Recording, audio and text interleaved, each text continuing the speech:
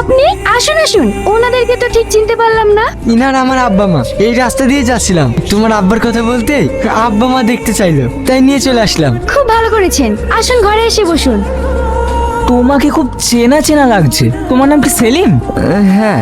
আরে আমাকে চিনতে পারছিস না? মনে আছে একসঙ্গে ব্যাঙ্গালোরে কাজ করতাম, তুই আমাকে বেয়াই বলে ডাকতি। হ্যাঁ মনে পড়েছে। ভালো আছিস ভাই? হ্যাঁ আমি ভালো আছি। আপনারা বসুন, আমি চা পানির ব্যবস্থা করি।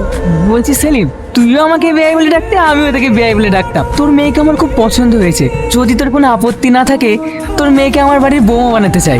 আরে আপত্তি কেন হবে রে? আমার মেয়ে যে তোর বাড়ির বউ হবে, সেটা তো আমার মেয়ের সৌভাগ্য। কি নিয়ে আলোচনা করছো মা? তোর বিয়ের ব্যাপারে। এই ভাইয়ের মেয়েকে আমাদের খুব পছন্দ হয়েছে, তাই ওর সাথে তোর বিয়ে ঠিক করলাম। তাহলে ভাই, শুভ কাজে আর দেরি করতে চাইনি। 10 দিনের মধ্যে তোর বিয়েটা সেরে ফেলতে চাই। আব্বা, তুমি হুট করে আমাকে না জানিয়ে বিয়ে ঠিক করলে কেন? আমি বিয়ে করতে পারবো না।